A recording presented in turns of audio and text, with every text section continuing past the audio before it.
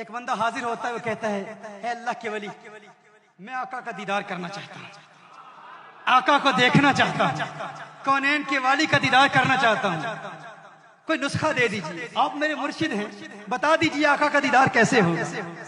مرشد نے فرمایا آج رات کا کھانا میرے ساتھ کھانا، آج رات کو دعوت ہے، آج دعوت ہے، آج رات کا کھانا میرے ساتھ کھانا۔ وہ مرشد کی بارگاہ میں حاضر ہوا، مرشد نے کھانا کھلایا۔ اولیاء کا کھانا بھی عجیب ہوتا ہے، کبھی کبھی اولیاء کھانا کھلاتے ہیں اور کھانا کھلا کر دل کی بیماریوں کا علاج کرا دیتے ہیں، دلوں کو چمکا دیتے ہیں۔ اور کبھی کبھی ایسے اولیاء بھی ہوتے ہیں جو کسی کے مرض کا علاج کرنے کے لیے خود بیمار بن جاتے ہیں۔ خواجہ نظام الدین اولیاء محبوب الہی رحمہ اللہ کا واقعہ مجھے یاد آ رہا ہے۔ آپ بیمار ہو گئے تو آپ کو بتایا گیا کہ ایک غیر مسلم ہے جو کچھ پڑھتا ہے، کچھ دم کرتا ہے، ایک غیر مسلم ہے جو اپنا کچھ کلام پڑھتا ہے، دم کرتا ہے، اور سنا ہے کہ اس کے دم میں بڑا اثر ہے جو کچھ بھی وہ پڑھتا ہے۔ خواجہ نظام الدین اولیاء رحمۃ اللہ تعالی علیہ اس کے پاس چلے گئے،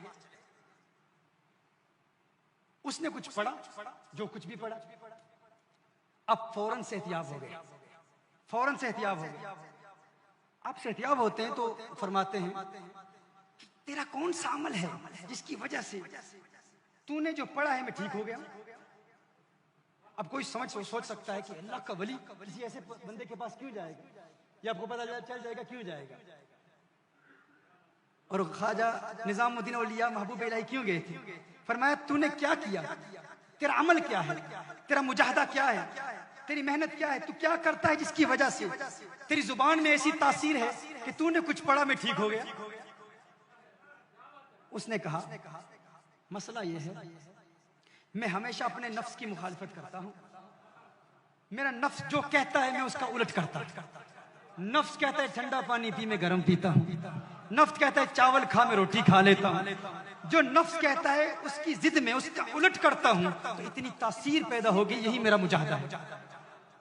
خواجہ نظام الدین اولیاء محبوب الہی رحمۃ اللہ تعالی علیہ نے فرمایا اچھا یہ بات ہے، آپ نے اس کے کان میں کچھ کہا، کان میں کچھ کہا، ایک جملہ کہا، پھر اس کے بعد کچھ نہیں کہا، پھر جو کہنا تھا وہ اسی نے پھر کہا، پھر ولی نے اور کچھ نہیں کہا۔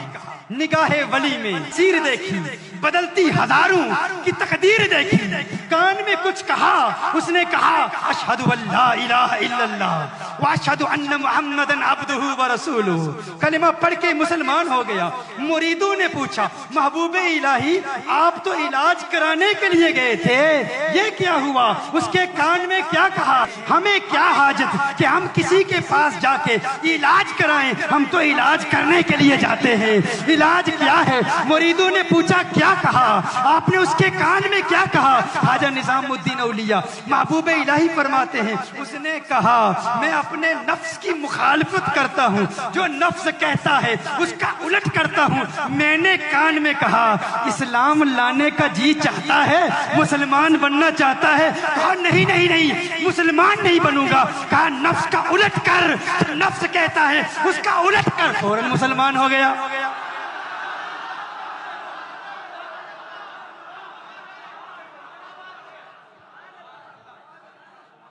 فوراً کلمہ پڑھ لے، تو یہ اولیاء کا طریقہ ہے۔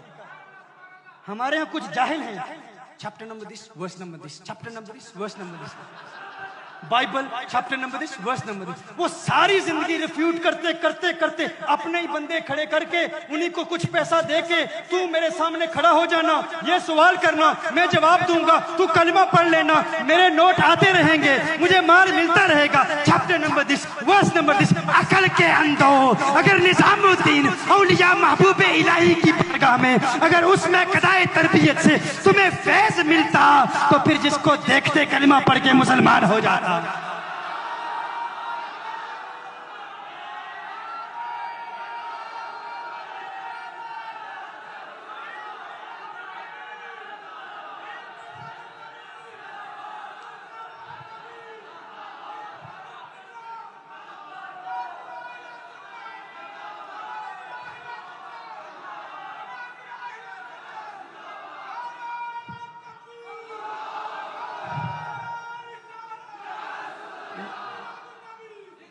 نہ دین آتا ہے، نہ درس نظامی پڑھتے ہیں، نہ عربی پڑھتے ہیں، بس انگلش کی کتابوں میں ترجمہ پڑھ کے عربک عبارت تک نہیں پڑھ سکتے.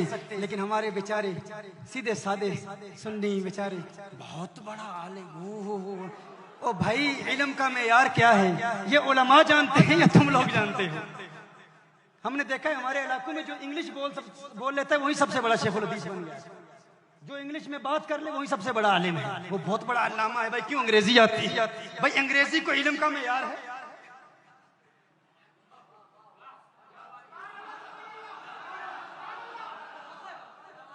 یہ وہ کہہ رہا ہے جو انگلش جانتا ہے. یعنی کوئی ایسا بھی ہو سکتا ہے جو احساس کمتری کا شکار ہو اور انگلش پر اعتراض کرے کیونکہ اسے آتی نہیں ہے. ہمیں آتی ہے پھر بھی کہتے ہیں یہ کچھ نہیں ہے. بھائی یہ علم نہیں ہے، یہ معیار علم نہیں ہے. علم پڑھنا ہے تو علماء کی بارگاہ میں زانو میں تلمس ہے.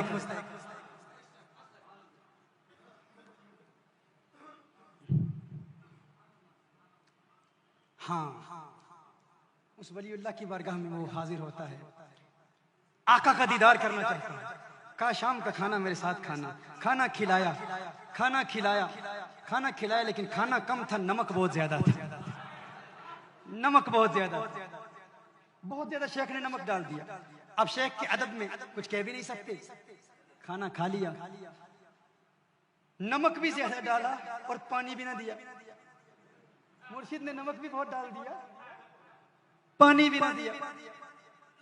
اب وہ ادبن کچھ کہہ بھی نہیں سکتا، شیخ کی بارگاہ میں حاضر ہے. شیخ نے فرمایا گھر جا کر پانی نہیں پینا، حضور کے دیدار کا نسخہ کل بتاؤں گا. اس نے کہا لیکن مرشد میرے دل میں تمنائیں مچل رہی ہیں، آرزو ہے، خواہشات ہیں، آقا کا دیدار ہو جائے. کہا واقعی خواہش ہے، واقعی دل میں آقا کی دیدار کی طلب ہے. مرشد بہت بڑی طلب ہے، میں تو آقا کا دیوانہ ہوں، آقا کا عاشق ہوں، آقا کو دیکھنا چاہتا ہوں. کہا ٹھیک ہے پانی نہیں پینا. اب وہ نمک کھایا ہوا ہے بہت زیادہ، پانی مرشد نے بھی نہیں دیا. حکم ارشاد فرما دیا گھر میں بھی پانی نہیں پینا. وہ گھر جاتا ہے، بغیر پانی پیے سو جاتا ہے.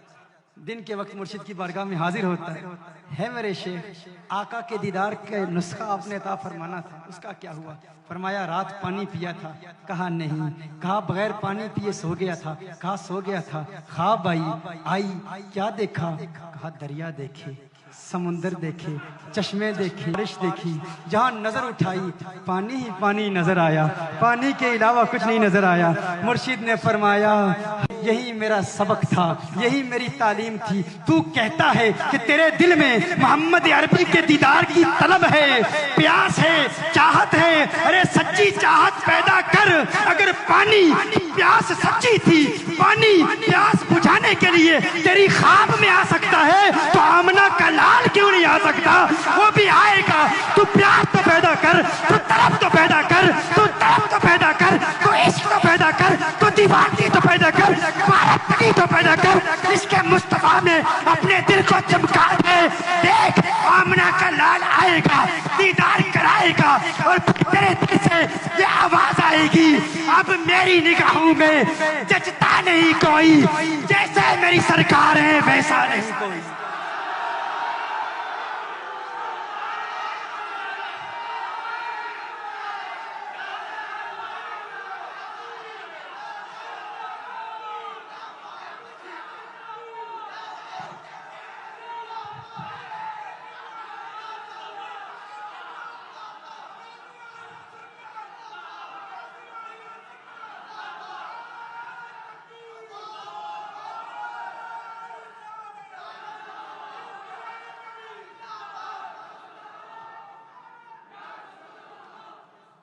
یہ میرے آقا صلی اللہ علیہ وسلم کے دیدار کا نسخہ ہے.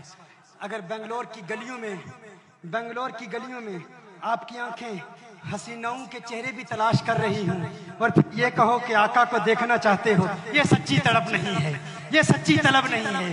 اگر سچی طلب ہے تو پھر آقا کا دیدار اس وقت ہوگا جب خانہ دل کو ہر دنیا کی محبت سے پاک کر کے آقا کو پکارو گے. ادھر آنکھ بند ہوگی، ادھر دیدار مصطفیٰ ہوگا. جب دیدار ہوگا پھر دل سے آواز آئے گی کچھ ایسا کر دے میرے کردگار آنکھوں میں ہمیشہ نقش رہے، روئے یار آنکھوں میں انہیں نہ دیکھا کس کام کی ہے یہ آنکھیں کہ دیکھنے کی ہے ساری بہار آنکھوں میں. دیکھنے کی ہے ساری بہار آنکھوں میں، دیکھنے کی ہے ساری بہار آنکھوں میں۔